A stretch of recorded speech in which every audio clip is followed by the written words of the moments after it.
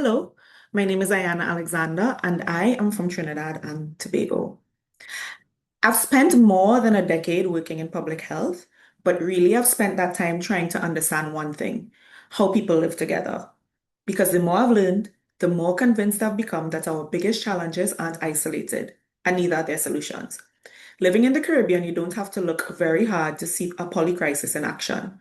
We often talk about climate change, crime, chronic disease, inequality, and politics as though they are separate issues.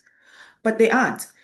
They interact, reinforce one another, and create what researchers call a polycrisis, a situation where multiple crises have become so interconnected that solving one requires solving them all. Let's think about transportation. Our cities were shaped by colonial planning, and over time, car ownership became more than a way to get around. In many of our societies, it became associated with success, independence, and social mobility. Now, add another layer, crime. When people don't feel safe walking or waiting for public transport, they drive wherever they can. The result isn't just more traffic, it means fewer people walking, contributing to rising rates of obesity, diabetes, and cardiovascular disease. More vehicles mean higher greenhouse gas emissions, worsening the climate crisis.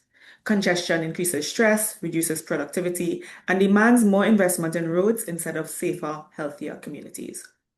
What starts as a public security issue quickly becomes a climate issue, a health issue, an urban planning issue, and ultimately a political issue. That's a polycrisis. The same pattern repeats itself across our region.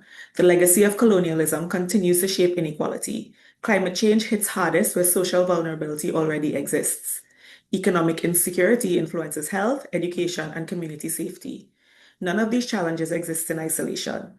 Each one creates the conditions that makes the next one harder to solve. Yet we still organize ourselves as if though they do, not because we lack expertise, far from it. Across the Caribbean and across the world, there are brilliant people dedicating their lives to every one of these challenges. Climate scientists, public health professionals, historians, urban planners, community leaders, youth advocates, economists, educators. The expertise is there.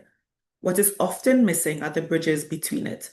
And that's what gives me hope. We are living in the most connected moment in human history. Never before has it been easier to build relationships with people across disciplines, countries, and cultures. The barriers of geography have shrunk, but the barriers between our fields of expertise often remain. Imagine what would happen if we become as intentional about connecting people as we are about solving problems. Not networking, not another conference, but building lasting communication bridges. Relationships grounded in trust, curiosity, and a shared purpose. Bridges between researchers and communities, between climate advocates and public health practitioners, between historians and policymakers, between young people with lived experience and those designing the solutions.